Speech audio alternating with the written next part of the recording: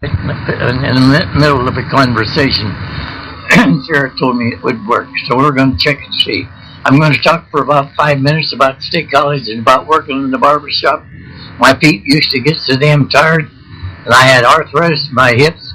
When I was about 25 years old, I went to work, and I had to just shuffle my feet because I couldn't run because of the pain. Towards the evening, I could run. I can't understand why. Homer Boone and I went out in a wild goose chase one time, evidently for women, I suppose. But we ended up down in Peanut Hill, down in Harrisburg, where they eat the peanut shells and throw them all on the floor. And we drank beer and ran home. I came home 80 to 90 miles an hour in that big Chrysler of mine. We got here. I happened to look here as part of it wasn't a tubeless tire. It was part of the tube that was sticking out of the side of the tire. Homer says, "You crazy fool." His dad came in that day and said, "You guys look like you have to have your eyelids propped up with a toothpick." We were too darn asleep. There wasn't any women involved. Okay. Now I'm going to check and see if this damn thing's recording.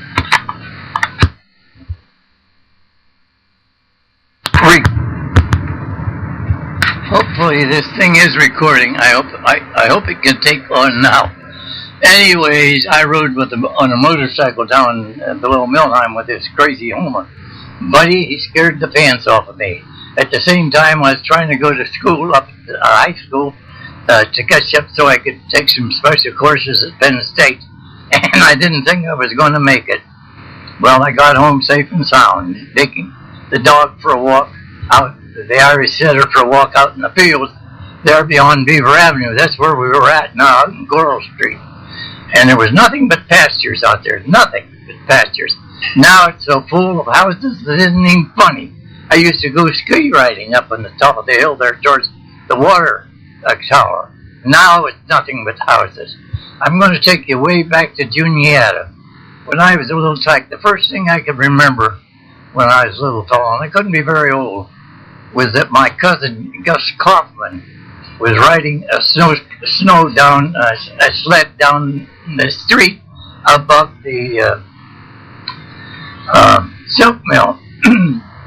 And he had been injured in the First World War and was home on leave or something there, being kicked up. Going down to my Uncle Newt's down around Carlisle. I can remember riding on the back of a horse, and the horse taking a dump, and the fresh smell of it while we were taking milk down to the dairy. And I can remember going down there with him and pitching horseshoes, or not horseshoes, but watching him pitch corn into the wagon. And one side was much higher than the other. He was taking this corn off the stalks. I also got PO'd about something, and I took a darn tack or nail, put it underneath his tires in the back in his car. He used one of these new Chevrolets, a 490 Chevrolet. They real low, long engine, and boy, he didn't catch on, but he told me about it sometime later about it. But that was in Juniata. I went to Noble School up there in Juniata. I can remember sliding down the sidewalk on the ice and getting home there at 3rd Street, going down to my father's barber shop. And when the railroad shops would lead out in those days, it was one man all the way across the street, man to man to man to man, thousands of them coming out to work. And I enjoyed that. Was way back in the 20s or the 19s or something like that. And I used to fear that the Germans were coming because I could hear them coming over the seedy slice on the other side of the mountain where we happened to go bad. And wherever we went to see some, we had this Chevrolet 490. The damn car, you'd try to stop it from going backwards and go backwards on the side of the mountain. And that's where he got this here saw blade out and scratched the why am I so doggone tongue-tied? He was scratched this here shelf on the clutch so it would quit slipping. Those were the great days. There were the great days beyond there, and I came to State College. I came up to Belfont. Did I tell you the story? I don't think it was there, about being under Decker's Chevrolet garage And Barbara Ann was born up in top of Lynn Street there in Bellefonte, going towards Milesburg from the courthouse. I'm sure I told you this before, but I'm not sure. I'm going to tell you again about the three guys that come barreling into the barber shop. One guy, the big guy in the middle, was chasing the front guy in the middle, who had just fired his wife from her job as up at the theater up the street, and the theater was and he was being pestered by the guy in the back because he couldn't stand the fact that he was going to beat him up.